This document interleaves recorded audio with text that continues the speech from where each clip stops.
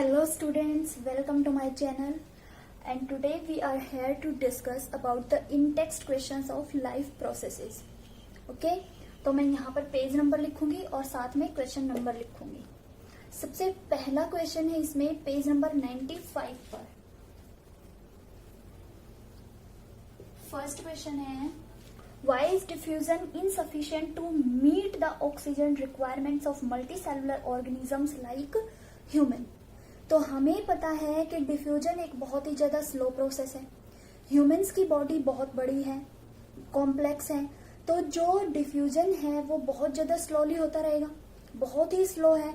तो इसकी वजह से जो ह्यूमंस की बेसिक रिक्वायरमेंट होगी ऑक्सीजन की वो फुलफिल नहीं हो पाएगी, इसलिए डिफ्यूजन वहां पर काफी नहीं है. तो हम बताएंगे humans have complex and large body.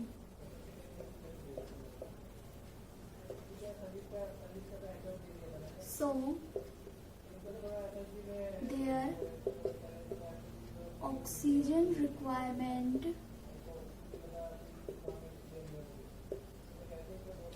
is high, but diffusion is very slow process and it never meets the oxygen requirement of humans. ठीक है, हो गया. ह्यूमंस की बॉडी कॉम्प्लेक्स है और लार्ज है, उनकी जो ऑक्सीजन रिक्वायरमेंट है वो बहुत ही ज्यादा है, लेकिन डिफ्यूजन एक बहुत ही स्लो प्रोसेस है और ये कभी भी ऑक्सीजन रिक्वायरमेंट को पूरा नहीं कर पाती, इसलिए diffusion is an insufficient process. Second है what criteria do we use to decide whether something is alive? कौन सी चीज अलाइव है, जिंदा है, हम कौन से क्राइटेरिया के बेस पर ये कह सकते हैं? तो on the basis of life processes like nutrition, respiration, ठीक है, ट्रांसपोर्टेशन एंड एक्सक्रीशन. ठीक है, इन्हीं लाइफ प्रोसेसेस के बेसिस पर हम ये बताते हैं कि कौन लिविंग है और कौन नॉन लिविंग है. ठीक है, हो गया. नेक्स्ट है इसमें थर्ड क्वेश्चन.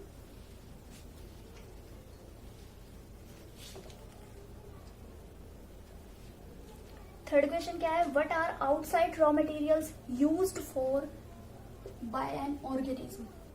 किसी भी ऑर्गेनिज्म के लिए आउटसाइड रॉ मटेरियल्स क्या हो सकते हैं? Outside raw materials are food and oxygen.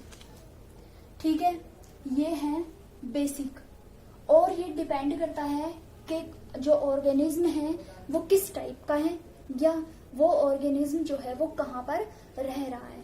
ठीक है, तो हम एक लाइन और लिख देते हैं इसमें. It is depend on the type of organism, मतलब ऑर्गेनिज्म जो है वो किस टाइप का है, and which environment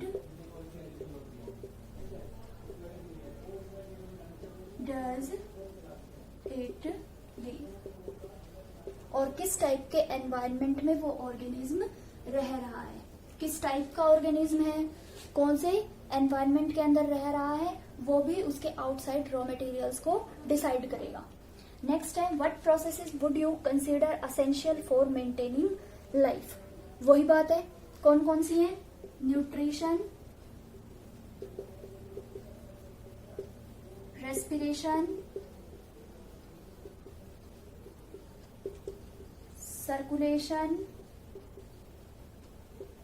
transportation, plants के अंदर ट्रांसपोर्टेशन होगा, एंड एक्सक्रीशन, वेस्ट मटेरियल्स को रिमूव करना। ठीक है, ये चारों प्रोसेसेस जो होंगी वो असेंशियल होगी किसी भी ऑर्गेनिज्म को लाइव रहने के लिए या अपनी लाइफ को मेंटेन करने के लिए। नेक्स्ट है, हो गए इस वाले पेज के ये 4 क्वेश्चंस थे। इसके बाद है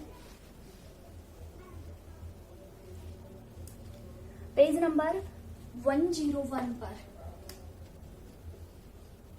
क्वेश्चन नंबर 1 पूछ रहा है what are the differences between autotrophic nutrition and heterotrophic nutrition. ये मैं बता चुकी हूँ और मैं फिर से बता रही हूँ, ऑटोट्रॉफिक और ये है हेट्रोट्रॉफिक। क्या होगा इसमें? पहला difference, they can make their food by own, अपने आप अपना फूड बना सकते हैं। इसमें they depend on others for food। Second है, इसमें क्लोरोफिल इज रिक्वायर्ड, इसमें नॉट रिक्वायर्ड। भाई क्लोरोफिल की कोई जरूरत है ही नहीं क्योंकि इनको अपना फूड बनाना ही नहीं है। इसमें सनलाइट यूज करेंगे, ये सनलाइट इज यूज्ड, असेंशियल है सनलाइट। इसमें नॉट नेसेसरी। ठीक है, हो गया। यहाँ पर जो ऑटोट्रॉफिक न्यूट्रिशन होगा उसके ये पॉइंट्स हैं और हेटेरोट्रॉफिक के ये वाले पॉइंट्स हैं। नेक्स्ट है इसमें where do plants get each of the raw material required for photosynthesis. Plants जो होते हैं उनको फोटोसिंथेसिस के रॉ मटेरियल्स कहाँ से मिलते हैं?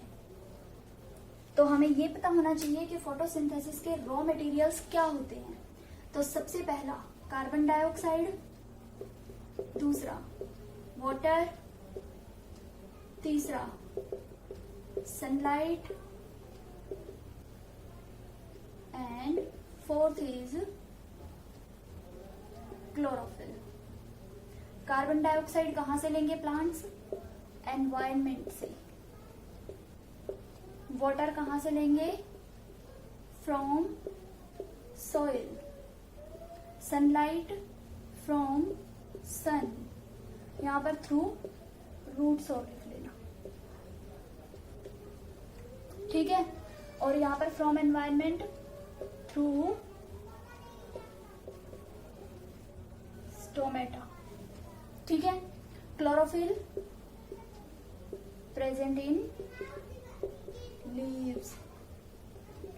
हो गया, ये रॉ मटेरियल्स हैं, ये कहां कहां से मिलते हैं वो बता दिया। नेक्स्ट है what is the role of acid in our stomach. तो एसिड जो होता है HCl क्या करता है? HCl provides acidic medium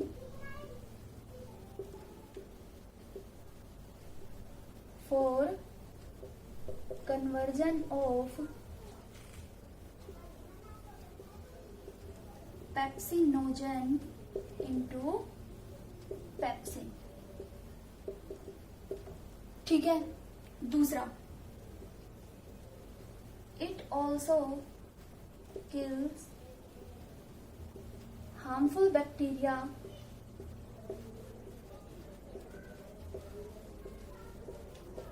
came in stomach with food. अगर फूड के साथ गलती से कोई बैक्टीरिया आ गया है तो HCl उसको स्टमक के अंदर ही खत्म कर देगा। ठीक है, और HCl क्या करता है? जो पेप्सिनोजन होता है, मतलब इनएक्टिव फॉर्म में होता है, उसको पेप्सिन में कन्वर्ट करता है कौन? HCl।